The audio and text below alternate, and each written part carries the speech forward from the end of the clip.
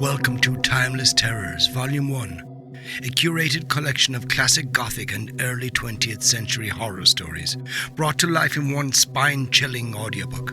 I'm Jonathan Dunne, Amazon best-selling author and narrator, and I'll be guiding you through tales that have haunted readers for over a century.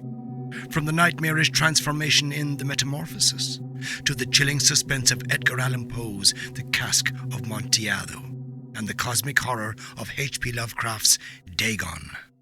These timeless stories will test your courage and linger in your imagination long after the final word. Sit back, dim the lights, and prepare to enter the shadows where terror never grows old. I do hope you enjoy this narration, though some things, once heard, can never be forgotten. Production and narration copyright 2025, Jonathan Dunne.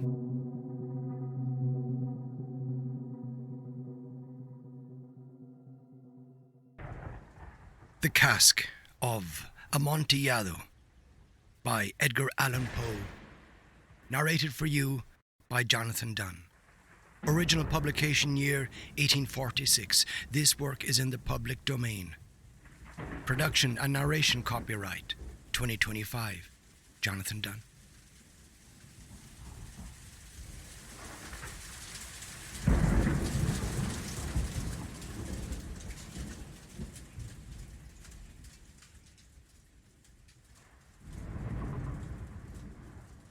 The 1,000 injuries of Fortunato I had borne as I best could.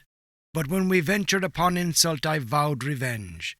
You, who so well know the nature of my soul, will not suppose, however, that I gave utterance to a threat. At length, I would be avenged. This was a point definitively settled. But the very definitiveness with which it was resolved precluded the idea of risk. I must not only punish, but punish with impunity. A wrong is unredressed when retribution overtakes its redresser. It is equally unredressed when the avenger fails to make himself felt as such to him who has done the wrong. It must be understood that neither by word nor deed had I given Fortunato cause to doubt my good will. I continued, as was my wont, to smile on his face, and he did not perceive that my smile now was at the thought of his immolation. He had a weak point, this Fortunato. Although in other regards he was a man to be respected and even feared. He prided himself on his connoisseurship in wine. Few Italians have the true virtuoso spirit. For the most part their enthusiasm is adopted to suit the time and opportunity to practice imposture upon the British and Austrian millionaires. In painting and gemmery, Fortunato, like his countrymen, was a quack. But in the matter of old wines he was sincere. In this respect I did not differ from him materially. I was skilful in the Italian vintages myself, and bought largely whenever I could. It was about dusk, one evening during the supreme madness of the carnival season, that I encountered my friend. He accosted me with excessive warmth, for he had been drinking much. The man wore motley. He had on a tight-fitting, party-stripped dress, and his head was surmounted by the conical cap and bells. I was so pleased to see him that I thought I should never have done wringing his hand. I said to him, "My dear Fortunato, you are luckily met. How remarkably well you are looking today. But I have received a pipe of what passes for Amontillado, and I have my doubts." "How?" said he. "Amontillado? A pipe? Impossible! And in the middle of the carnival?" "I have my doubts," I replied, "and I was silly enough to pay the full Amontillado price without consulting you in the matter. You are not to be found, and I was fearful of losing a bargain." "Amontillado! I have my doubts. Amontillado! And I must satisfy them. Amontillado! As you are engaged, I am on my way to Lucchesi. If anyone has a critical turn, it is he. He will tell me, 'Lucchesi cannot tell Amontillado from sherry.' And yet some fools will have it that his taste is a match for your own. Come, let us go." "Whither?" "To your vaults." "My friend, no. I will not impose upon your good nature. I perceive you have an engagement. Lucchesi—" "I have no engagement. Come." My friend, no, it is not the engagement, but the severe cold with which I perceive you are afflicted. The vaults are insufferably damp. They are encrusted with nitre. Let us go, nevertheless. The cold is merely nothing. Amontillado! You have been imposed upon, and as for Lucchesi, he cannot distinguish sherry from Amontillado. Thus speaking, Fortunato possessed himself of my arm. Putting on a mask of black silk and drawing a roquelaire closely about my person, I suffered him to hurry me to my palazzo. There were no attendants at home. They had absconded to make merry in hour of the time. I had told him that I should not return until the morning, and had given them explicit orders not to stir from the house. These orders were sufficient, I well knew, to ensure their immediate disappearance, one and all, as soon as my back was turned. I took from their sconces 2 flambeaux, and giving one to Fortunato, bowed him through several suites of rooms to the archway that led into the vaults. I passed down a long and winding staircase, requesting him to be cautious as he followed. We came at length to the foot of the descent, and stood together on the damp ground of the catacombs of Montresors. The gait of my friend was unsteady, and the bells upon his cap jingled as he strode. "The pipe," said he. "It is further on," said I, "but observe the white webwork which gleams from these cavern walls." He turned towards me, and looked into my eyes with 2 filmy orbs that distilled the rheum of intoxication. "Nitre?" he asked at length. "Nitre," I replied. "How long have you had that cough?" My poor friend found it impossible to reply for many minutes. "It is nothing," he said at last. "Come," I said with decision. "We will go back. Your health is precious. You are rich, respected, admired, beloved. You are happy as once I was. You are a man to be missed. For me, it is no matter. We will go back. You will be ill, and I cannot be responsible. Besides, there is Lucchesi." "Enough," he said. "The cough is a mere nothing. It will not kill me. I shall not die of a cough." "True, true," I replied. "And indeed I had no intention of alarming you unnecessarily, but you should use all proper caution. A draught of this Medoc will defend us from the damps." Here I knocked off the neck of a bottle which I drew from a long row of its fellows that lay upon the mould. "Drink," I said, presenting him the wine. He raised it to his lips with a leer. He paused and nodded to me familiarly, while his bells jingled. "I drink," he said, "to the buried that repose around us, and I to your long life." He again took my arm, and we proceeded. "These vaults," he said, "are extensive." "The Montresors," I replied, "were a great and numerous family." "I forgot your arms." "A huge human foot d'or in a field azure. The foot crushes a serpent rampant whose fangs are embedded in the heel." "And the motto?"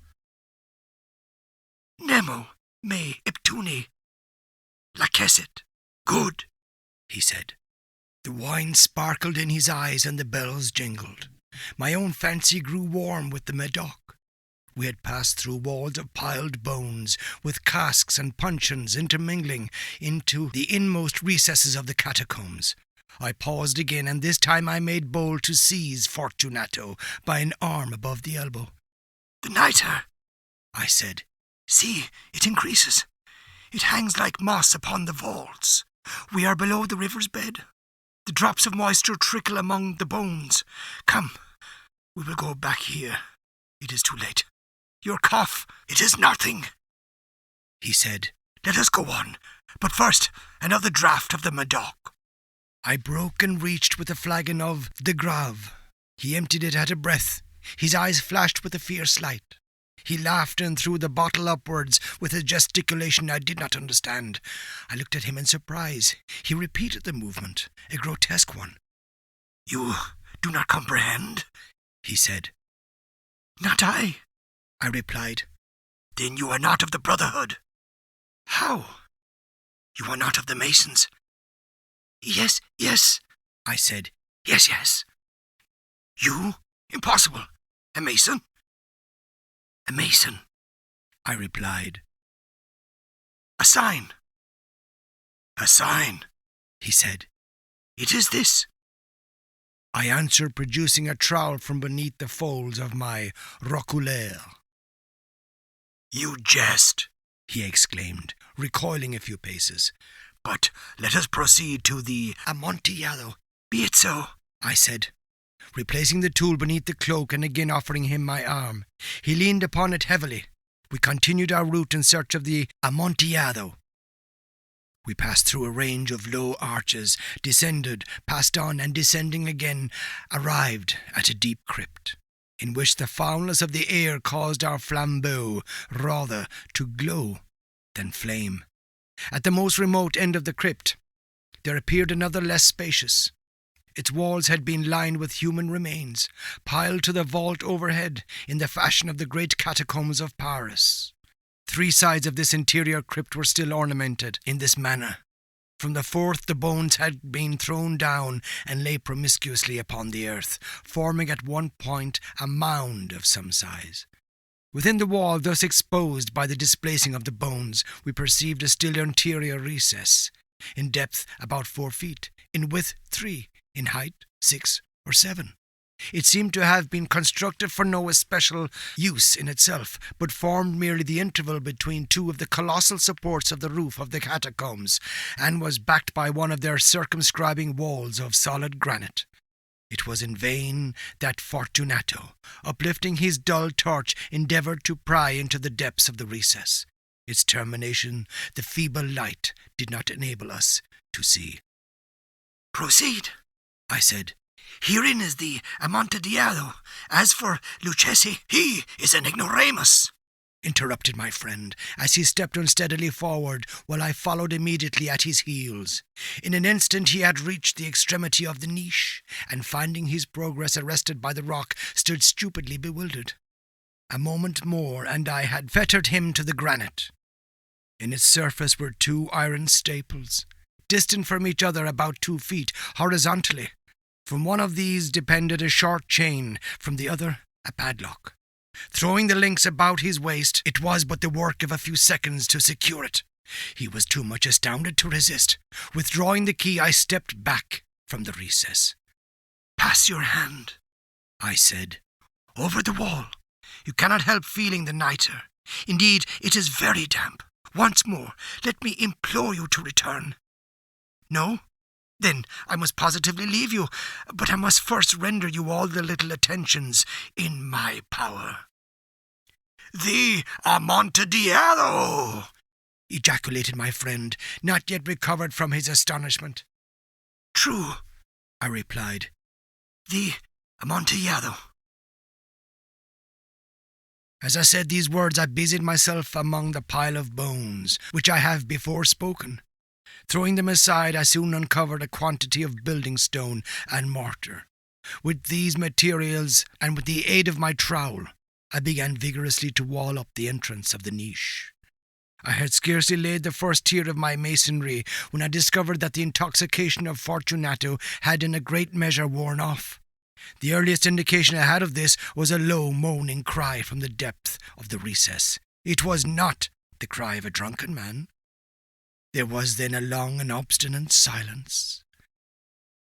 I laid the 2nd tier, and the 3rd, and the 4th, and then I heard the furious vibrations of the chain. The noise lasted for several minutes, during which, that I might hearken to it with the more satisfaction, I ceased my labours and sat down upon the bones. When at last the clanking subsided, I resumed the trowel, and finished without interruption the 5th, the 6th, and the 7th tier. The wall was now nearly upon a level with my breast. I again paused, and holding the flambeau over the mason-work, threw a few feeble rays upon the figure within. A succession of loud and shrill screams, bursting suddenly from the throat of the chained form, seemed to thrust me violently back. For a brief moment I hesitated. I trembled. Unsheathing my rapier, I began to grope with it about the recess, but the thought of an instant reassured me. I placed my hand upon the solid fabric of the catacombs, and felt satisfied. I reapproached the wall. I replied to the yells of him who clamoured. I re-echoed. I aided. I surpassed them in volume and in strength. I did this, and the clamourer grew still. It was now midnight, and my task was drawing to a close. I had completed the 8th, 9th, the 10th tier. I had finished a portion of the last and the 11th. There remained but a single stone to be fitted and plastered in. I struggled with its weight. I placed it partially in its destined position, but now there came from out the niche a low laugh that erected the hairs upon my head. It was succeeded by a sad voice, which I had difficulty in recognizing as that of the noble Fortunato. The voice said, "A very good joke indeed, an excellent jest. We will have many a rich laugh about it at the palazzo, over our wine." "The Amontillado," I said. "Yes, the Amontillado. But is it not getting late? Will not they be awaiting us at the palazzo, the Lady Fortunato and the rest? Let us be gone." "Yes," I said. "Let us be gone." "For the love of God, Montresor." "Yes," I said. "For the love of God." But to these words I hearkened in vain for a reply. I grew impatient. I called aloud, "Fortunato!" No answer. I called again, "Fortunato!" No answer still. I thrust a torch through the remaining aperture and let it fall within. There came forth in return only a jingling of the bells. My heart grew sick on account of the dampness of the catacombs. I hastened to make an end of my labour. I forced the last stone into its position. I plastered it up. Against the new masonry I re-erected the old rampart of bones. For the half of a century no mortal has disturbed them. In pace requiescat.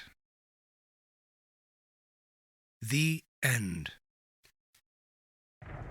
This has been The Cask of Amontillado by Edgar Allan Poe. Narrated for you by Jonathan Dunne. Original publication year 1846. This work is in the public domain. Production and narration copyright 2025. Jonathan Dunne.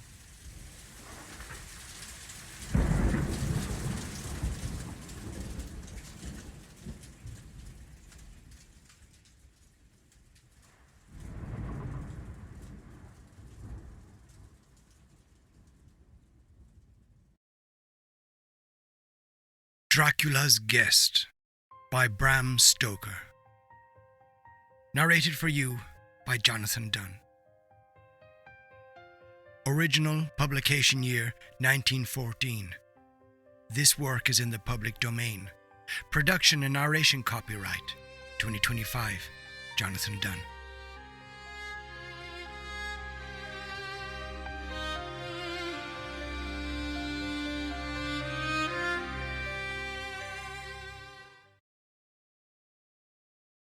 When we started for our drive, the sun was shining brightly on Munich, and the air was full of the joyousness of early summer. Just as we were about to depart, Herr Delbruck, the maître d'hôtel of the 4 Saisons, where I was staying, came down bareheaded to the carriage and, after wishing me a pleasant drive, said to the coachman, still holding his hand on the handle of the carriage door, "Remember you are back by nightfall. The sky looks bright. There is a shiver in the north wind that says there may be a sudden storm. But I'm sure you will not be late." Here he smiled and added, "For you know what night it is." Johann answered with an emphatic, "Ja, mein Herr," and touching his hat drove off quickly. When we had cleared the town, I said, after signalling to him to stop, "Tell me, Johann, what is tonight?" He crossed himself as he answered laconically, "Walpurgis Nacht."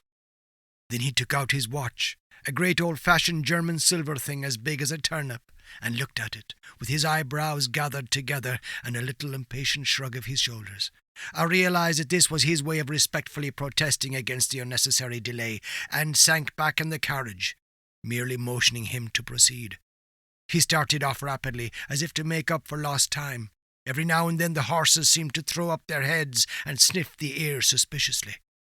On such occasions I often looked around in alarm. The road was pretty bleak, for we were traversing a sort of high, windswept plateau. As we drove, I saw a road that looked but little used, and which seemed to dip through a little winding valley. It looked so inviting that, even at the risk of offending him, I called Johann to stop. And when he had pulled up, I told him I would like to drive down that road. He made all sorts of excuses, and frequently crossed himself as he spoke. This somewhat piqued my curiosity, so I asked him various questions. He answered fencingly, and repeatedly looked at his watch in protest. Finally, I said, "Well, Johann, I want to go down this road. I shall not ask you to come unless you like, but tell me why you do not like to go. That is all I ask." For answer he seemed to throw himself off the box, so quickly did he reach the ground. Then he stretched out his hands appealingly to me and implored me not to go. There was just enough of English mixed with the German for me to understand the drift of his talk. He seemed always just about to tell me something, the very idea of which evidently frightened him, but each time he pulled himself up, saying, as he crossed himself, "Walpurgis Nacht." I tried to argue with him, but it was difficult to argue with a man when I did not know his language. The advantage certainly rested with him, for although he began to speak in English of a very crude and broken kind, he always got excited and broke into his native tongue, and every time he did so, he looked at his watch. Then the horses became restless and sniffed the air. At this he grew very pale, and looking around in a frightened way, he suddenly jumped forward, took them by the bridles, and led them on some 20 feet. I followed, and asked why he had done this. For answer he crossed himself, pointed to the spot we had left, and drew his carriage in the direction of the other road, indicating a cross, and said, first in German, then in English, "Buried him what killed themselves." I remembered the old custom of burying suicides at crossroads. "Ah, I see. A suicide. How interesting." But for the life of me I could not make out why the horses were frightened. Whilst he was petting the horses and trying to quiet them, dark clouds drifted rapidly across the sky. The sunshine passed away, and a breath of cold wind seemed to drift past us. It was only a breath, however, and more in the nature of a warning than a fact. For the sun came out brightly again. Johann looked under his lifted hand at the horizon and said, "The storm of snow. He comes before long time." Then he looked at his watch again, and straightway holding his reins firmly, for the horses were still pawing the ground restlessly and shaking their heads, he climbed to his box as though the time had come for proceeding on our journey. I felt a little obstinate and did not at once get into the carriage. "Tell me," I said, "about this place where the road leads." And I pointed down. Again he crossed himself and mumbled a prayer before he answered, "It is unholy." "What is unholy?" I inquired. "The village." "Then there is a village?" No one lives there, hundreds of years." My curiosity was piqued. "But you said there was a village." "There was. Where is it now?" Whereupon he burst out into a long story in German and English, so mixed up that I could not quite understand exactly what he said. But roughly I gathered that long ago, hundreds of years, men had died there and been buried in their graves, and sounds were heard under the clay. And when the graves were opened, men and women were found rosy with life, and their mouths red with blood. And so, in haste to save their lives, aye, and their souls, and here he crossed himself, those who were left fled away to other places where the living lived, and the dead were dead, and not something. He was evidently afraid to speak the last words. As he proceeded with his narration, he grew more and more excited. It seemed as if his imagination had got hold of him, and he ended in a perfect paroxysm of fear. white-faced, perspiring, trembling and looking around him, as if expecting that same dreadful presence would manifest itself there in the bright sunshine on the open plain. Finally, in an agony of desperation, he cried, "Walpurgis Nacht," and pointed to the carriage for me to get in. All my English blood rose at this, and standing back I said, "You are afraid, Johann. You are afraid. Go home. I shall return alone. The walk will do me good." The carriage door was open. I took from the seat my oak walking stick, which I always carry on my holiday excursions, and closed the door, pointing back to Munich, and said, "Go home, Johann. Walpurgis Nacht doesn't concern Englishmen." The horses were now more restive than ever, and Johann was trying to hold them in, while excitedly imploring me not to do anything so foolish. I pitied the poor fellow. He was deep in earnest, but all the same I could not help laughing. His English was quite gone now.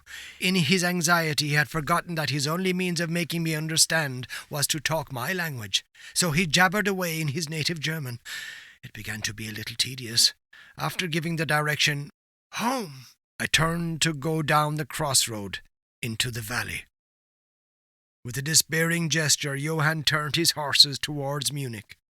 I leaned on my stick and looked after him. He went slowly along the road for a while. Then there came over the crest of the hill a man, tall and thin. I could see so much in the distance. When he drew nearer, the horses, they began to jump and kick about, then to scream with terror. Johann could not hold them in. They bolted down the road, running away madly. I watched them out of sight, then looked for the stranger, but I found that he too was gone. With a light heart I turned down the side road, through the deepening valley to which Johann had objected. There was not the slightest reason that I could see for his objection, and I dare say I tramped for a couple of hours without thinking of time or distance, and certainly without seeing a person or a house. So far as the place was concerned, it was desolation itself. But I did not notice this particularly till, on turning a bend in the road, I came upon a scattered fringe of wood. Then I recognized that I had been impressed unconsciously by the desolation of the region through which I had passed. I sat down to rest myself and began to look around. It struck me that it was considerably colder than it had been at the commencement of my walk. A sort of sighing sound seemed to be around me, with, now and then, high overhead, a sort of muffled roar. Looking upwards, I noticed that great thick clouds were drifting rapidly across the sky from north to south, at a great height. There were signs of coming storm in some lofty stratum of the air. I was a little chilly, and, thinking that it was a sitting still after the exercise of walking, I resumed my journey. The ground I passed over was now much more picturesque. There were no striking objects that the eye might single out, but in all there was a charm of beauty. I took little heed of time, and it was only when the deepening twilight forced itself upon me that I began to think of how I should find my way home. The brightness of the day had gone. The air was cold, and the drifting of clouds high overhead was more marked. They were accompanied by a sort of far-away rushing sound, through which seemed to come at intervals that mysterious cry, which the driver had said came from a wolf. For a while I hesitated. I had said I would see the deserted village, so on I went, and presently came on a wide stretch of open country, shut in by hills all around. Their sides were covered with trees, which spread down to the plain, dotting in clumps the gentler slopes and hollows which showed here and there. I followed with my eye the winding of the road, and saw that it curved close to one of the densest of these clumps, and was lost behind it. As I looked, there came a cold shiver in the air, and the snow began to fall. I thought of the miles and miles of bleak country I had passed, and then hurried on to seek the shelter of the wood in front. Darker and darker grew the sky, and faster and heavier fell the snow, till the earth before and around me was a glistening white carpet, the further edge of which was lost in misty vagueness. The road was here but crude, and when on the level its boundaries were not so marked as when it passed through the cuttings, and in a little while I found that I must have strayed from it, for I missed underfoot the hard surface, and my feet sank deeper in the grass and moss. Then the wind grew stronger, and blew with ever-increasing force, till I was fain to run before it. The air became icy cold, and in spite of my exercise I began to suffer. The snow was now falling so thickly and whirling around me in such rapid eddies that I could hardly keep my eyes open. Every now and then the heavens were torn asunder by vivid lightning, and in the flashes I could see ahead of me a great mass of trees, chiefly yew and cypress, all heavily coated with snow. I was soon amongst the shelter of the trees, and there, in comparative silence, I could hear the rush of the high wind overhead. Presently the blackness of the storm had become merged in the darkness of the night. By and by the storm seemed to be passing away. It now only came in fierce puffs or blasts. At such moments the weird sound of the wolf appeared to be echoed by many similar sounds around me. Now and again through the black mass of drifting cloud came a straggling ray of moonlight, which lit up the expanse and showed me that I was at the edge of a dense mass of cypress and yew trees. As the snow had ceased to fall, I walked out from the shelter and began to investigate more closely. It appeared to me that, among so many old foundations as I had passed, there might be still standing a house in which, though in ruins, I could find some sort of shelter for a while. As I skirted the edge of the copse, I found that a low wall encircled it, and following this I presently found an opening. Here the cypresses formed an alley leading up to a square mass of some kind of building. Just as I caught sight of this, however, the drifting clouds obscured the moon, and I passed up the path in darkness. The wind must have grown colder, for I felt myself shiver as I walked. But there was hope of shelter, and I groped my way blindly on. I stopped, for there was a sudden stillness. The storm had passed, and perhaps in sympathy with nature's silence, my heart seemed to cease to beat. But this was only momentarily, for suddenly the moonlight broke through the clouds, showing me that I was in a graveyard, and that the square object before me was a great massive tomb of marble, as white as the snow that lay on and all around it. With the moonlight there came a fierce sigh of the storm, which appeared to resume its course with a long, low howl, as of many dogs or wolves. I was awed and shocked, and felt the cold perceptibly grow upon me till it seemed to grip me by the heart. Then, while the flood of moonlight still fell on the marble tomb, the storm gave further evidence of renewing, as though it was returning on its track. Impelled by some sort of fascination, I approached the sepulchre to see what it was, and why such a thing stood alone in such a place. I walked around it, and read, over the Doric door, in German, Countess Dollingen of Graz, in Styria.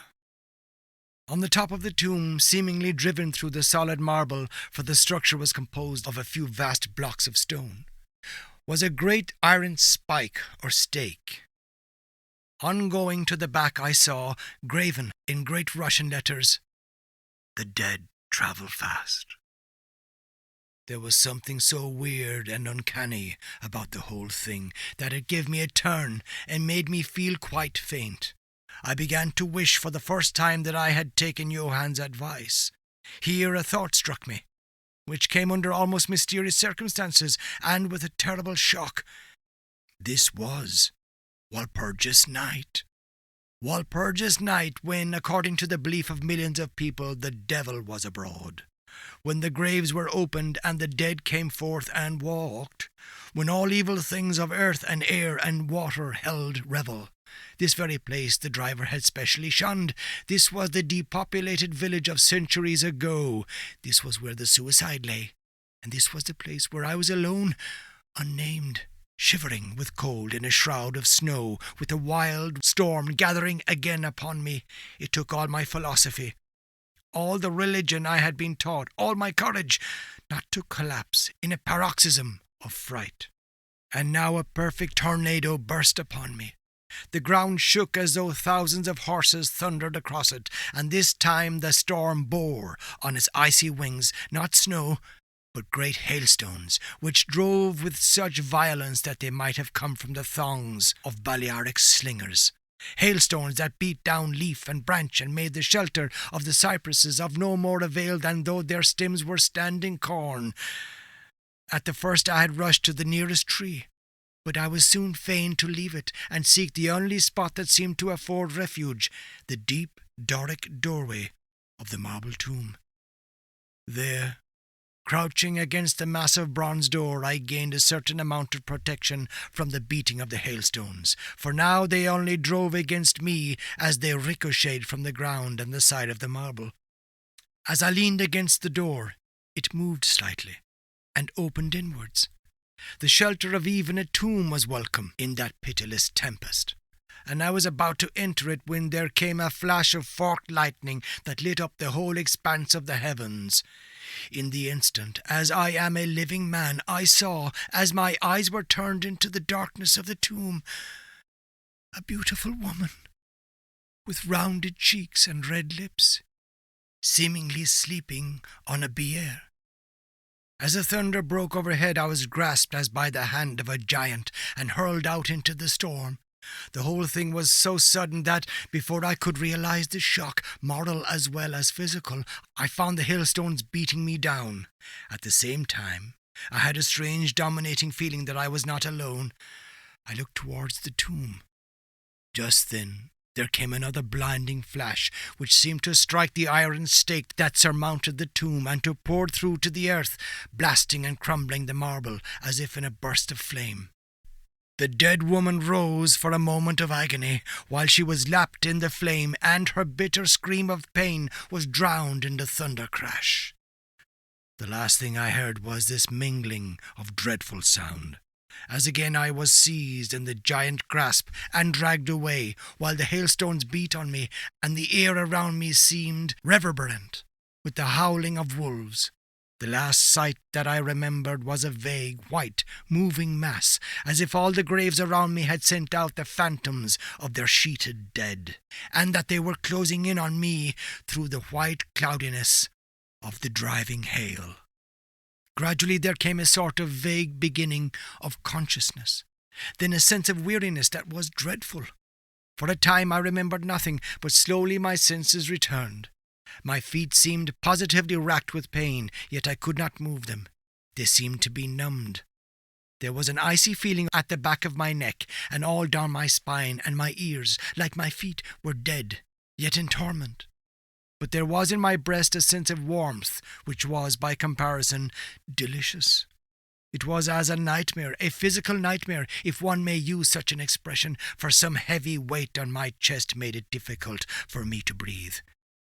The period of semi-lethargy seemed to remain a long time, and as it faded away I must have slept or swooned. Then came a sort of loathing, like the first stage of seasickness, and a wild desire to be free from something, I knew not what. A vast stillness enveloped me, as though all the world were asleep or dead, only broken by the low panting, as of some animal close to me. I felt a warm rasping at my throat. Then came a consciousness of the awful truth, which chilled me to the heart and sent the blood surging up through my brain. Some great animal was lying on me and now licking my throat. I feared to stir, for some instinct of prudence bade me lie still, but the brute seemed to realize that there was now some change in me, for it raised its head. Through my eyelashes I saw above me the two great flaming eyes of a gigantic wolf. Its sharp white teeth gleamed in the gaping red mouth, and I could feel its hot breath fierce and acrid upon me. For another spell of time I remembered no more. Then I became conscious of a low growl, followed by a yelp, renewed again and again. Then, seemingly very far away, I heard a "Halloa! Halloa!" as of many voices calling in unison. Cautiously I raised my head and looked in the direction whence the sound came, but the cemetery blocked my view. The wolf still continued to yelp in a strange way, and a red glare began to move around the grove of cypresses, as though following the sound. As the voices drew closer, the wolf yelped faster and louder. I feared to make either sound or motion. Nearer came the red eye, over the white pall which stretched into the darkness around me. Then all at once from beyond the trees there came at a trot a troop of horsemen bearing torches. The wolf rose from my breast and made for the cemetery. I saw one of the horsemen, soldiers by their caps and their long military cloaks, raise his carbine and take aim. A companion knocked up his arm, and I heard the ball whiz over my head. He had evidently taken my body for that of the wolf. Another sighted the animal as it slunk away, and a shot followed. Then, at a gallop, the troop rode forward, some towards me, others following the wolf as it disappeared amongst the snow-clad cypresses. As they drew nearer, I tried to move, but was powerless, although I could see and hear all that went on around me. 2 or 3 of the soldiers jumped from their horses and knelt beside me. One of them raised my head and placed his hand over my heart. "Good news, comrades," he cried. "His heart still beats." Then some brandy was poured down my throat. It put vigour into me, and I was able to open my eyes fully and look around. Lights and shadows were moving among the trees, and I heard men call to one another. They drew together, uttering frightened exclamations, and the lights flashed as the others came pouring out of the cemetery, pell-mell, like men possessed. When the further ones came close to us, those who were around me asked them eagerly, "Well, have you found him?" The reply rang out hurriedly, "No, no, come away quick, quick, this is no place to stay, and on this of all nights." "What was it?" was the question asked in all manner of keys. The answer came variously and all indefinitely, as though the men were moved by some common impulse to speak, yet were restrained by some common fear from giving their thoughts. It indeed," gibbered one, whose wits had plainly given out for the moment. "A wolf, and yet not a wolf," another put in shudderingly. "No use trying for him without the sacred bullet," a third remarked in a more ordinary manner. "Serve us right for coming out on this night. Truly we have earned our 1,000 marks," were the ejaculations of a fourth. "There was blood on the broken marble," another said with a pause. "The lightning never brought that there. And for him, is he safe? Look at his throat. See, comrades, the wolf has been lying on him and keeping his blood warm." The officer looked at my throat and replied, "He is all right. The skin is not pierced. What does it all mean? We should never have found him but for the yelping of the wolf." "What became of it?" asked the man who was holding up my head, and who seemed the least panic-stricken of the party, for his hands were steady and without tremor. On his sleeve was a chevron of a petty officer. "It went to its home," answered the man, whose long face was pallid, and who actually shook with terror as he glanced around him fearfully. "There are graves enough there in which it may lie. Come, comrades, come quickly. Let us leave this cursed spot." The officer raised me to a sitting posture as he uttered a word of command. Then several men placed me upon a horse. He sprang to the saddle behind me, took me in his arms, gave the word to advance, and, turning our faces away from the cypresses, we rode away in swift military order. As yet my tongue refused its office, and I was perforce silent. I must have fallen asleep, for the next thing I remembered was finding myself standing up, supported by a soldier on each side of me. It was almost broad daylight, and to the north a red streak of sunlight was reflected, like a path of blood, over the waste of snow.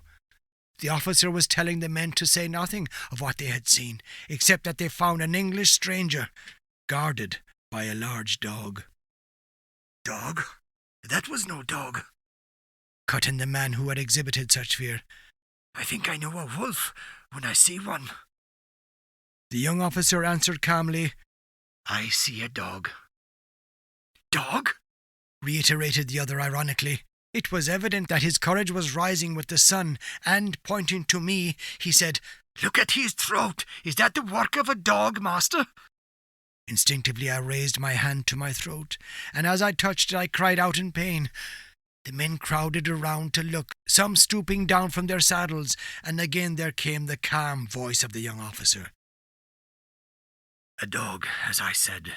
If aught else were said, we should only be laughed at." I was then mounted behind a trooper, and we rode on into the suburbs of Munich. Here we came across a stray carriage, into which I was lifted, and it was driven off to the Quatre Saisons. The young officer accompanying me, whilst a troop followed with his horse, and the others rode off to their barracks. When we arrived, Herr Delbruck rushed so quickly down the steps to meet me that it was apparent he had been watching within. Taking me by both hands, he solicitously led me in. The officer saluted me and was turning to withdraw, when I recognized his purpose, and insisted that he should come to my rooms. Over a glass of wine I warmly thanked him, and his brave comrades for saving me. He replied simply that he was more than glad, and that Herr Delbruck had at the first taken steps to make all the searching party pleased, at which ambiguous utterance the maître d'hôtel smiled, while the officer pleaded duty, and withdrew. "But, Herr Delbruck," I inquired, "how and why was it that the soldiers searched for me?" He shrugged his shoulders, as if in depreciation of his own deed, as he replied, "I was so fortunate as to obtain leave from the commander of the regiment in which I served to ask for volunteers." "But how did you know I was lost?" I asked. "The driver came hither with the remains of his carriage, which had been upset when the horses ran away." "But surely you would not send a search party of soldiers merely on this account?" "Oh, no," he answered. "But even before the coachman arrived, I had this telegram from the boyar, whose guest you are." And he took from his pocket a telegram, which he handed to me, and I read, "Bistritz. Be careful of my guest. His safety is most precious to me. Should aught happen to him, or if he be missed, spare nothing to find him, and ensure his safety. He is English, and therefore adventurous. There are often dangers from snow, and wolves, and night. Lose not a moment if you suspect harm to him. I answer your zeal with my fortune. Dracula." As I held the telegram in my hand, the room seemed to whirl around me. And if the attentive maître d'hôtel had not caught me, I think I should have fallen. There was something so strange in all this, something so weird and impossible to imagine, that there grew on me a sense of my being in some way the sport of opposite forces, the mere vague idea of which seemed in a way to paralyze me. I was certainly under some form of mysterious protection. From a distant country had come, in the very nick of time, a message that took me out of the danger of the snow sleep and the jaws of the wolf. The end. This has been Dracula's Guest by Bram Stoker. Narrated for you by Jonathan Dunne. Original publication year 1914. This work is in the public domain. Production and narration copyright 2025, Jonathan Dunne.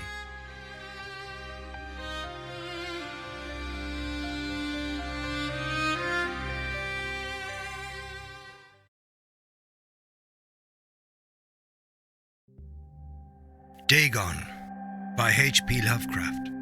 Narrated for you by Jonathan Dunne. Original publication year 1919. This work is in the public domain. Production and narration copyright 2025, Jonathan Dunne.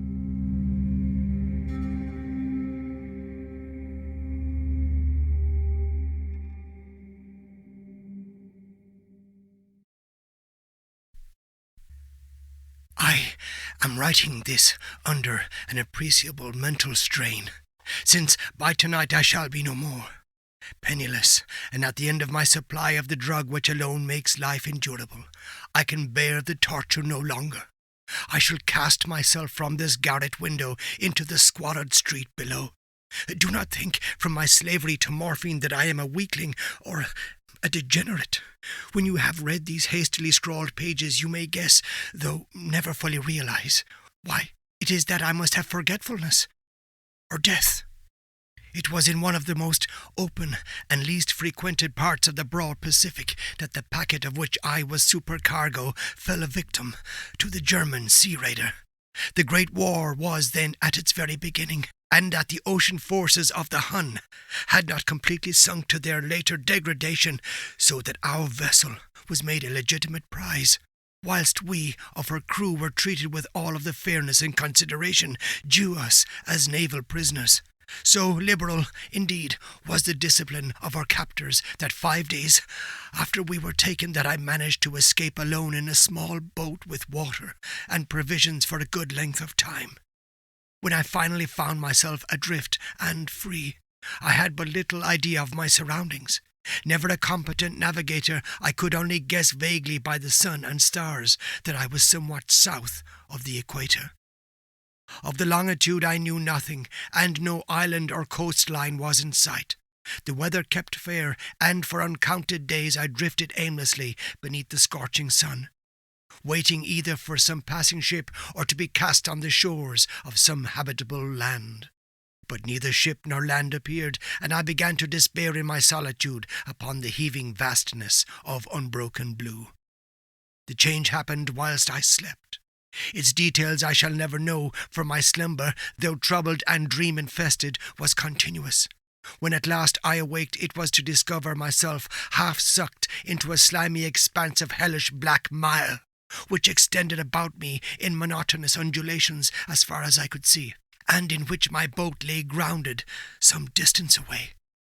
Though one might well imagine that my first sensation would be of wonder at so prodigious and unexpected a transformation of scenery, I was in reality more horrified than astonished, for there was in the air and in the rotting soil a sinister quality which chilled me to the very core.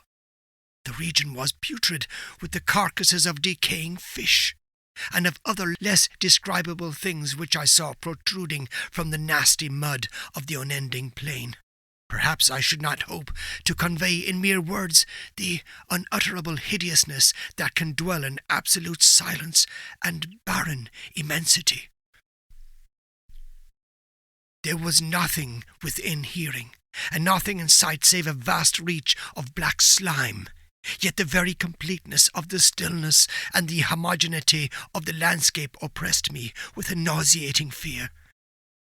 The sun was blazing down from a sky which seemed to me almost black in its cloudless cruelty, as though reflecting the inky marsh beneath my feet. As I crawled into the stranded boat, I realized that only one theory could explain my position.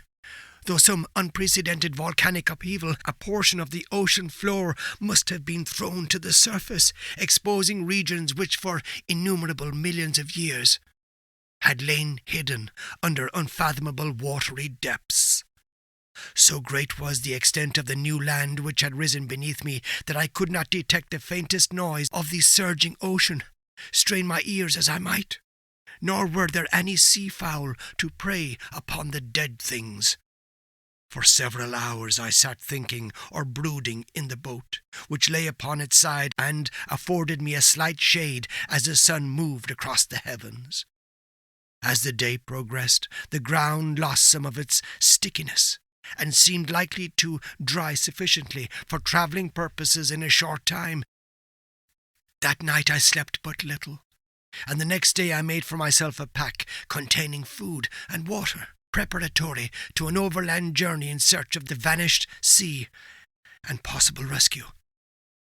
On the third morning I found the soil dry enough to walk upon with ease. The odour of the fish was maddening, but I was too much concerned with graver things to mind so slight an evil, and set out boldly for an unknown goal. All day I forged steadily westward, guided by a far-away hummock, which rose higher than any other elevation on the rolling desert. That night I encamped and on the following day still travelled toward the hammock, though that object seemed scarcely nearer than when I had first espied it. By the fourth evening I attained the base of the mound, which turned out to be much higher than it had appeared from a distance, an intervening valley setting it out in sharper relief from the general surface.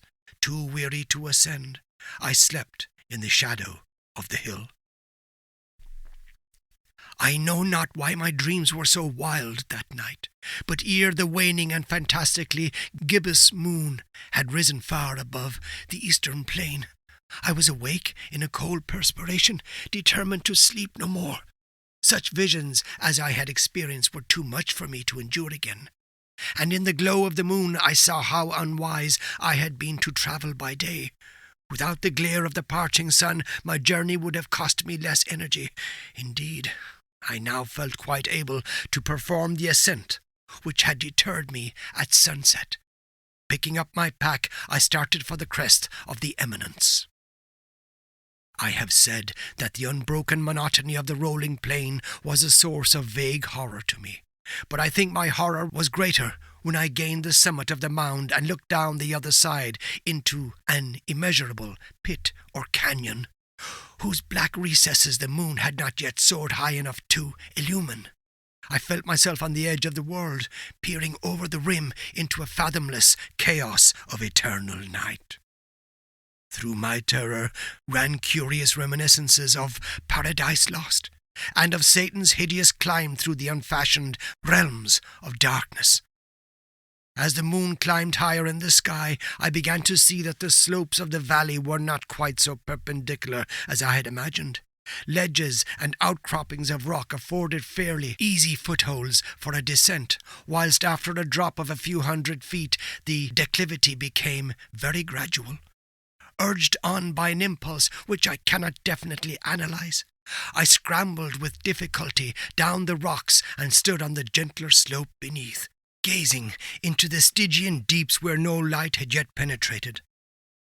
All at once my attention was captured by a vast and singular object on the opposite slope, which rose steeply about 100 yards ahead of me, an object that gleamed whitely in the newly bestowed rays of the ascending moon. That it was merely a gigantic piece of stone I soon assured myself, but I was conscious of a distinct impression that its contour and position were not altogether the work of nature. A closer scrutiny filled me with sensations I cannot express, for despite its enormous magnitude and its position in an abyss which had yawned at the bottom of the sea since the world was young, I perceived beyond a doubt that the strange object was a well-shaped monolith whose massive bulk had known the workmanship and perhaps the worship of living and thinking creatures. Dazed and frightened, yet not without a certain thrill of the scientist's or archaeologist's delight, I examined my surroundings more closely. The moon, now near the zenith, shone weirdly and vividly above the towering steeps that hemmed in the chasm, and revealed the fact that a far-flung body of water flowed at the bottom, winding out of sight in both directions, and almost lapping my feet as I stood on the slope. Across the chasm the wavelets washed the base of the Cyclopean monolith, on whose surface I could now trace both inscriptions and crude sculptures. The writing was in a system of hieroglyphics unknown to me, and unlike anything I had ever seen in books, consisting for the most part of conventional aquatic symbols such as fishes, eels, octopi, crustaceans, mollusks, whales, and the like. Several characters obviously represented marine things, which are unknown to the modern world, but whose decomposing forms I had observed on the ocean-risen plain. It was the pictorial carving, however, that did most to hold me spellbound. Plainly visible across the intervening water on account of their enormous size were an array of bas-reliefs whose subjects would have excited the envy of a Doré. I think that these things were supposed to depict men, at least a certain sort of men, though the creatures were shown disporting like fishes in the waters of some marine grotto, or paying homage at some monolithic shrine which appeared to be under the waves as well. Of their faces and forms I dare not speak in detail, for the mere remembrance makes me grow faint, grotesque beyond the imagination of a Poe or a Bulwer. They were damnably human in general outline, despite webbed hands and feet, shockingly wide and flabby lips, glassy, bulging eyes, and other features less pleasant to recall. Curiously enough, they seemed to have been chiselled badly out of proportion with their scenic background, for one of the creatures was shown in the act of killing a whale represented as but little larger than himself. I remarked, as I say, their grotesqueness and strange size, but in a moment decided that they were merely the imaginary gods of some primitive fishing or seafaring tribe, some tribe whose last descendant had perished eras before the first ancestor of the Piltdown or Neanderthal man was born. Awestruck at this unexpected glimpse into a past beyond the conception of the most daring anthropologist, I stood musing whilst the moon cast queer reflections on the silent channel before me. Then suddenly I saw it, with only a slight churning to mark its rise to the surface.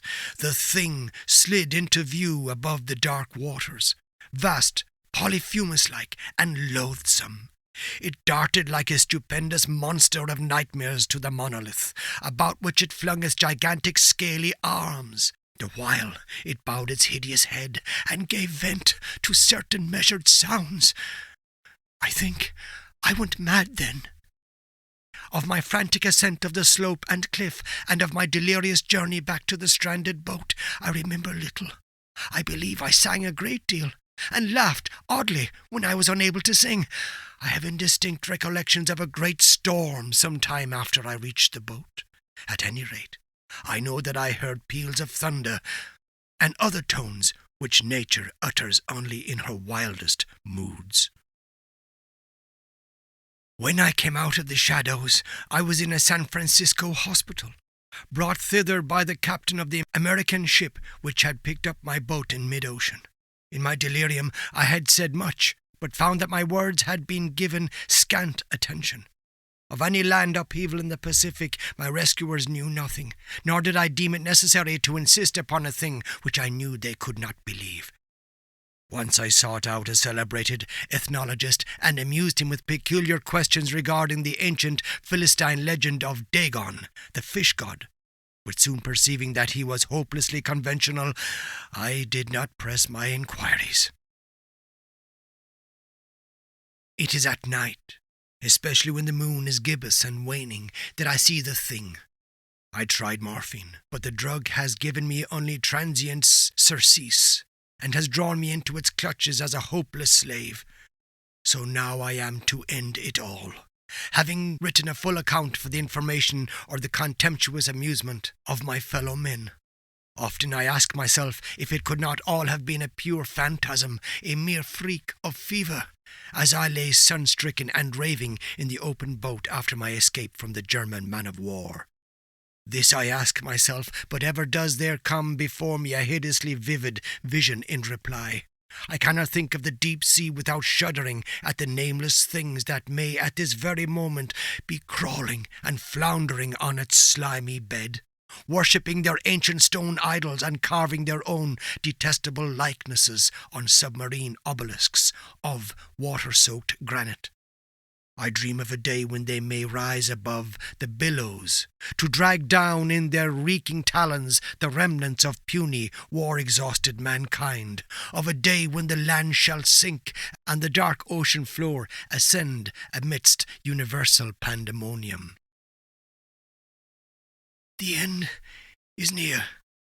I hear a noise at the door, as of some immense slippery body lumbering against it.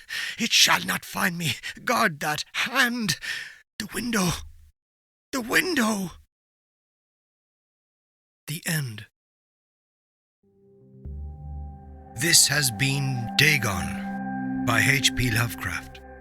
Narrated for you by Jonathan Dunne. Original publication year 1919. This work is in the public domain. Production and narration copyright 2025. Jonathan Dunne.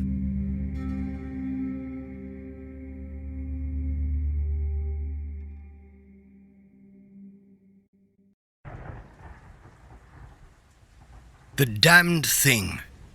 Written by Ambrose Bierce. Narrated by Jonathan Dunne. Original publication year, 1898. This work is in the public domain. Production and narration copyright, Jonathan Dunne.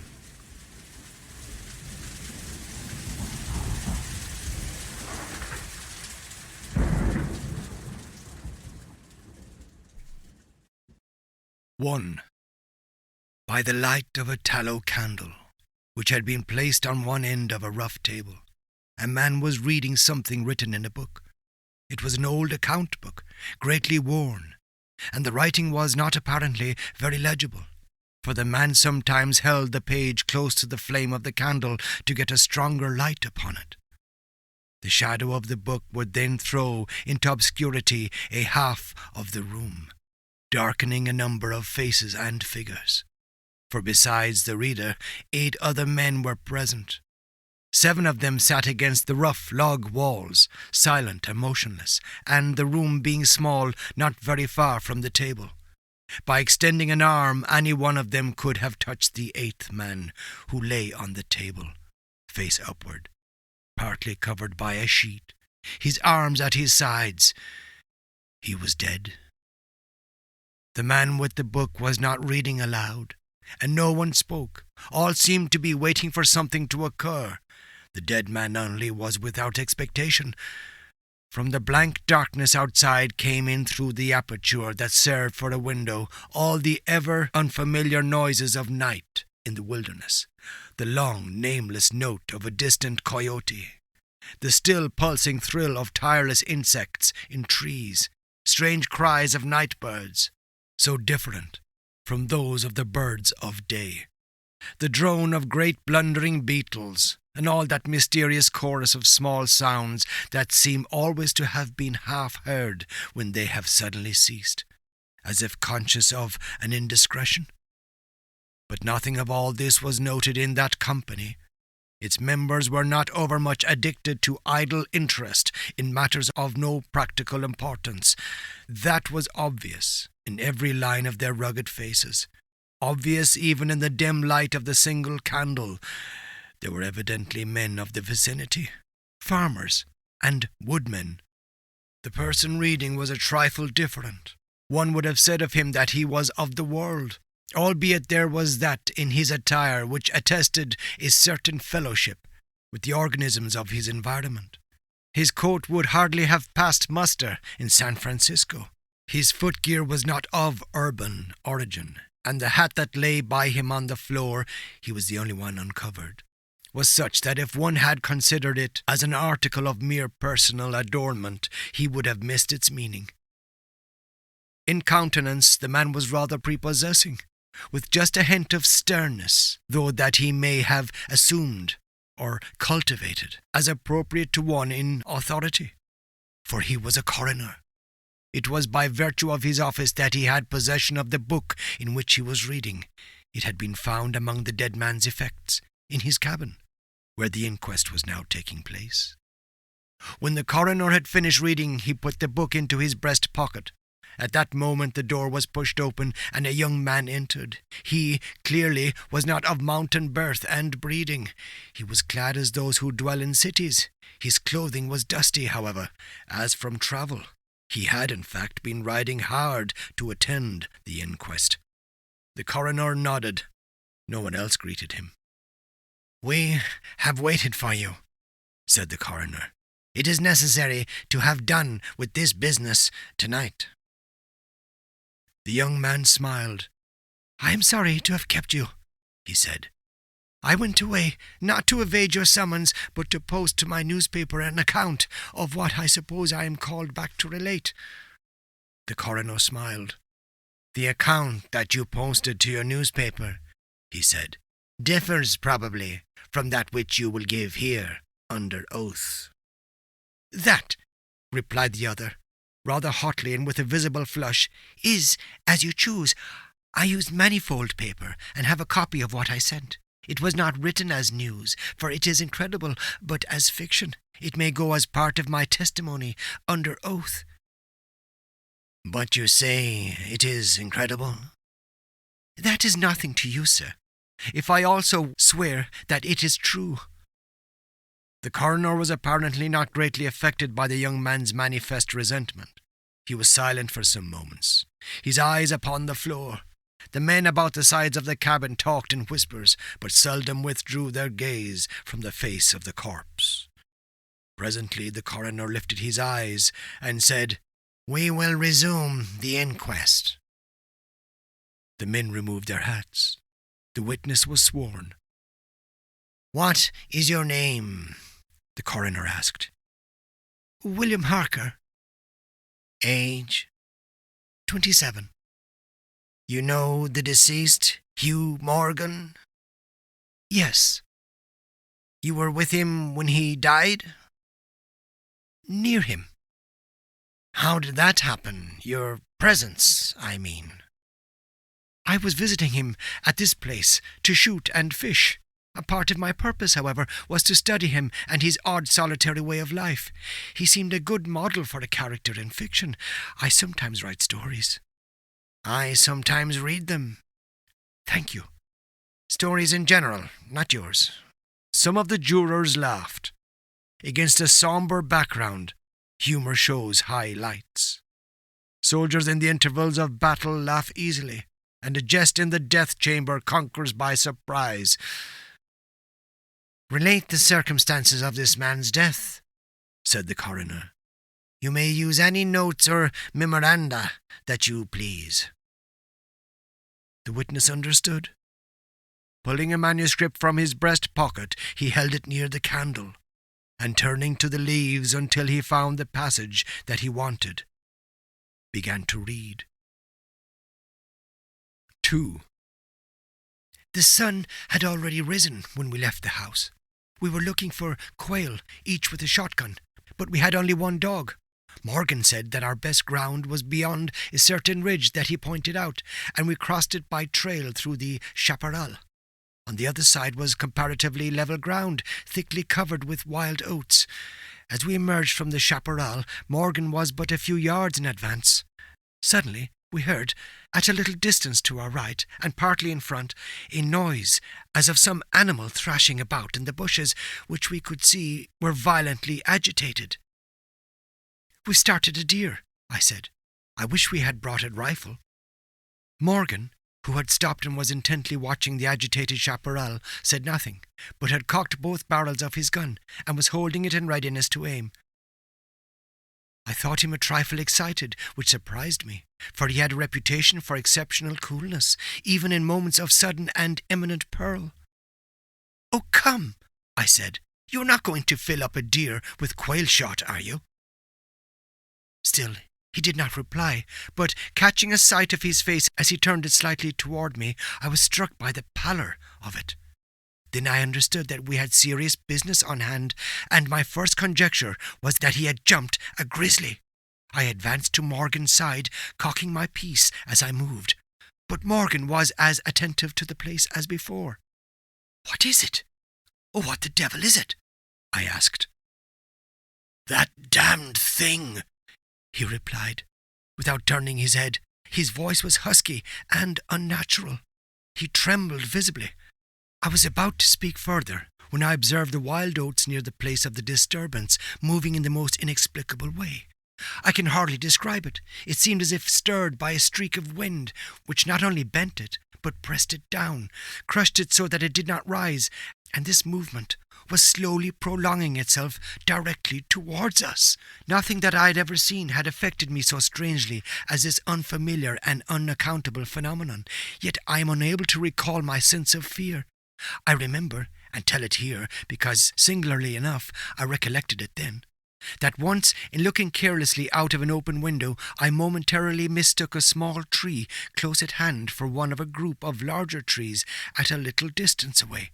It looked the same size as the others, but being more distinctly and sharply defined in mass and detail, seemed out of harmony with them. It was a mere falsification of the law of aerial perspective, but it startled, almost terrified me. So we rely upon the orderly operation of familiar natural ways, that any seeming suspension of them is noted as a menace to our safety, a warning of unthinkable calamity. So now, the apparently causeless movement of the herbage and the slow, undeviating approach of the line of disturbance were distinctly disquieting. My companion appeared actually frightened, and I could hardly credit my senses when I saw him suddenly throw his gun to his shoulders and fire both barrels at the agitated grass. Before the smoke of the discharge had cleared away, I heard a loud, savage cry, a scream like that of a wild animal, and flinging his gun upon the ground, Morgan sprang away and ran swiftly from the spot. At the same instant, I was thrown violently to the ground by the impact of something unseen in the smoke, some soft, heavy substance that seemed thrown against me with great force. Before I could get upon my feet and recover my gun, which seemed to have been struck from my hands, I heard Morgan crying out as if in mortal agony, and mingling with his cries were such hoarse, savage sounds as one hears from fighting dogs. Inexplicably terrified, I struggled to my feet and looked in the direction of Morgan's retreat, and may heaven in mercy spare me from another sight like that. At a distance of less than 30 yards was my friend, down upon one knee, his head thrown back at a frightful angle, hatless, his long hair in disorder, and his whole body in violent movement from side to side, backward and forward. His right arm was lifted and seemed to lack the hand. At least I could see none. The other arm was invisible. At times, as my memory now reports this extraordinary scene, I could discern but a part of his body. It was as if he had been partly blotted out. I cannot otherwise express it. Then a shifting of his position would bring it all into view again. All this must have occurred within a few seconds, yet in that time Morgan assumed all the postures of a determined wrestler, vanquished by superior weight and strength. I saw nothing but him, and him not always distinctly. During the entire incident, his shouts and curses were heard, as if through an enveloping uproar of such sounds and rage and fury as I had ever heard from the throat of man or brute. For a moment only I stood irresolute. Then, throwing down my gun, I ran forward to my friend's assistance. I had a vague belief that he was suffering from a fit or some form of convulsion. Before I could reach his side, he was down and quiet. All sounds had ceased, but with a feeling of such terror as even those awful events had not inspired, I now saw the same mysterious movement of the wild oats prolonging itself from the trampled area about the prostrate man toward the edge of a wood. It was only when it had reached the wood that I was able to withdraw my eyes and look at my companion. He was dead. 3. The coroner rose from his seat and stood beside the dead man. Lifting an edge of the sheet, he pulled it away, exposing the entire body, altogether naked and showing in the candlelight a clay-like yellow. It had, however, broad maculations of bluish black, obviously caused by extravasated blood from contusions. The chest and sides looked as if they had been beaten with a bludgeon. They were dreadful lacerations. The skin was torn in strips and shreds. The coroner moved round to the end of the table and undid a silk handkerchief, which had been passed under the chin and knotted on the top of the head. When the handkerchief was drawn away, it exposed what had been the throat. Some of the jurors who had risen to get a better view repented their curiosity and turned away their faces. Witness Harker went to the open window and leaned out across the sill, faint and sick. Dropping the handkerchief upon the dead man's neck, the coroner stepped to an angle of the room, and from a pile of clothing produced one garment after another, each of which he held up a moment for inspection. All were torn and stiff with blood. The jurors did not make a closer inspection. They seemed rather uninterested. They had, in truth, seen all this before, the only thing that was new to them being Harker's testimony. "Gentlemen," the coroner said, "we have no more evidence, I think. Your duty has been already explained to you. If there's nothing you wish to ask, you may go outside and consider your verdict." The foreman rose, a tall, bearded man of 60, coarsely clad. "I should like to ask one question, Mr. Coroner," he said. "What asylum did this your last witness escape from?" Mr. Harker, said the coroner gravely and tranquilly, from what asylum did you last escape? Harker flushed crimson again, but said nothing, and the 7 jurors rose and solemnly filed out of the cabin. If you have done insulting me, sir, said Harker, as soon as he and the officer were left alone with the dead man, I suppose I am at liberty to go? Yes. Harker started to leave, but paused, with his hand on the door latch. The habit of his profession was strong in him, stronger than his sense of personal dignity. He turned about and said, The book that you have there, I recognize it as Morgan's diary. You seemed greatly interested in it. You read in it while I was testifying. May I see it? The public would like— The book will cut no figure in this matter, replied the official, slipping it into his coat pocket. All the entries in it were made before the writer's death. As Harker passed out of the house, the jury re-entered and stood about the table on which the now covered corpse showed under the sheet with sharp definition. The foreman seated himself near the candle, produced from his breast pocket a pencil and scrap of paper, and wrote rather laboriously the following verdict, which, with various degrees of effort, all signed. We, the jury, do find that the remains come to their death at the hands of a mountain lion. But some of us thinks, all the same, they had fits. 4. In the diary of the late Hugh Morgan are certain interesting entries having possibly a scientific value as suggestions. At the inquest upon his body, the book was not put in evidence.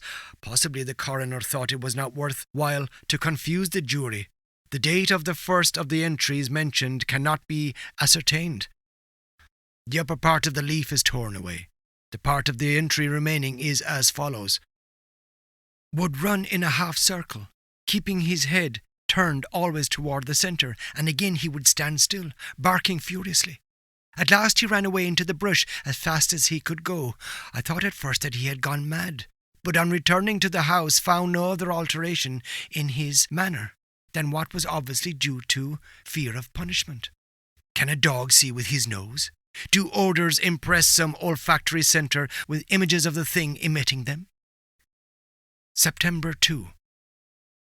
Looking at the stars last night as they rose above the crest of the ridge east of the house, I observed them successively disappear, from left to right. Each was eclipsed but an instant, and only a few at the same time, but along the entire length of the ridge all that were within a degree or two of the crest were blotted out. It was as if something had passed along between me and them, but I could not see it, and the stars were not thick enough to define its outline. I don't like this. Several weeks' entries are missing, 3 leaves being torn from the book. September 27. It has been about here again. I find evidences of its presence every day. I watched again all of last night in the same cover, gun in hand, double charged with buckshot. In the morning the fresh footprints were there as before, yet I would have sworn that I did not sleep. Indeed, I hardly sleep at all. It is terrible, unsupportable. If these amazing experiences are real, I shall go mad. If they are fanciful, I am mad already. October 3. I shall not go. It shall not drive me away. No, this is my house, my land. God hates a coward. October 5. I can stand it no longer. I have invited Harker to pass a few weeks with me. He has a level head. I can judge from his manner if he thinks me mad. October 7. I have the solution of the problem. It came to me last night. Suddenly, as by revelation. How simple, how terribly simple. There are sounds that we cannot hear. At either end of the scale are notes that stir no chord of that imperfect instrument, the human ear. They are too high or too grave. I have observed a flock of blackbirds occupying an entire treetop, the tops of several trees, and all in full song. Suddenly, in a moment, at absolutely the same instant, all spring into the air and fly away. How? They could not all see one another. Whole treetops intervened. At no point could see a leader have been visible to all. There must have been a sign of warning or command, high and shrill above the din, but by me unheard. I have observed, too, the same simultaneous flight when all were silent, among not only blackbirds, but other birds, quail, for example, widely separated by bushes, even on opposite sides of a hill. It is known to seamen that a school of whales basking or sporting on the surface of the ocean, miles apart, with the convexity of the earth between them, will sometimes dive at the same instant, all gone out of sight in a moment. The signal has been sounded, too grave for the ear of the sailor at the masthead and his comrades on the deck, who nevertheless feel its vibrations in the ship as the stones of a cathedral are stirred by the bass of the organ. As with sounds, so with colours. At each end of the solar spectrum, the chemist can detect the presence of what are known as actinic rays. They represent colours, integral colours in the composition of light, which we are unable to discern. The human eye is an imperfect instrument. Its range is but a few octaves of the real chromatic scale. I am not mad. There are colours that we cannot see. And, God help me, the damned thing is of such colour. The end. This has been The Damned Thing, written by Ambrose Bierce. Narrated by Jonathan Dunne. Original publication year, 1898. This work is in the public domain. Production and narration copyright, Jonathan Dunne.